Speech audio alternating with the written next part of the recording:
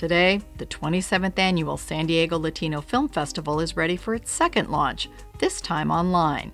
It's been incredible. Flexibility is definitely the key. Flexibility, innovation. Innovation to recreate the festival environment in a virtual format. We have, again, over 140 movies, different filmmakers, actors that have made these wonderful films. It's about engaging them with local audiences. And so I'm really most excited about that live Q&A and virtual Q&A experience, because to me, that's been the most exciting thing to learn about these past few months, is engaging people online. Because people still need that connection. Yeah, we want to be in person, but for now it can be virtual, and it's still really powerful. The delay in holding the festival, along with the move online, meant losing about a third of the films originally programmed.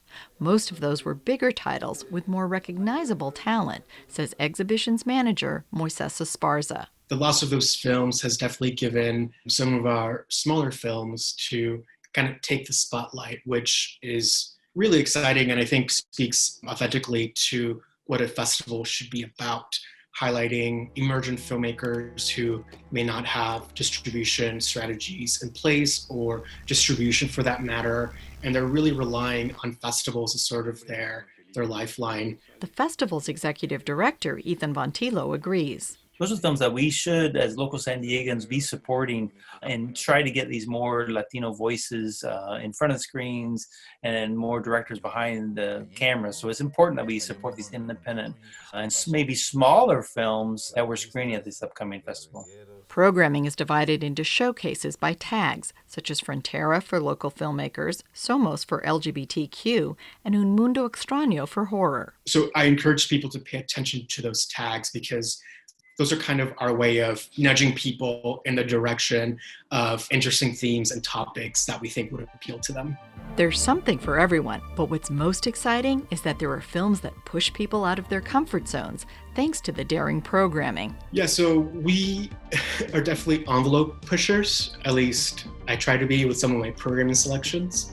I hope to push individuals to explore new sensibilities, different modalities. It's kind of like broaden their spectrum of what they perceive to be a good or acceptable film. One of those films that I think is boundary pushing is called Divine Love.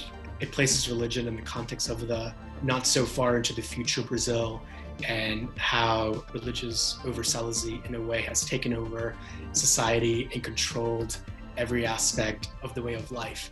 Each year, unexpected themes arise, and this year there were reoccurring visual motifs of unrest and revolution. And we see it in Pablo Larraín's Emma from Chile, where his protagonist essentially carries her on a flame torture and lights things on fire in her city. And it's meant to be not only destructive, but cathartic.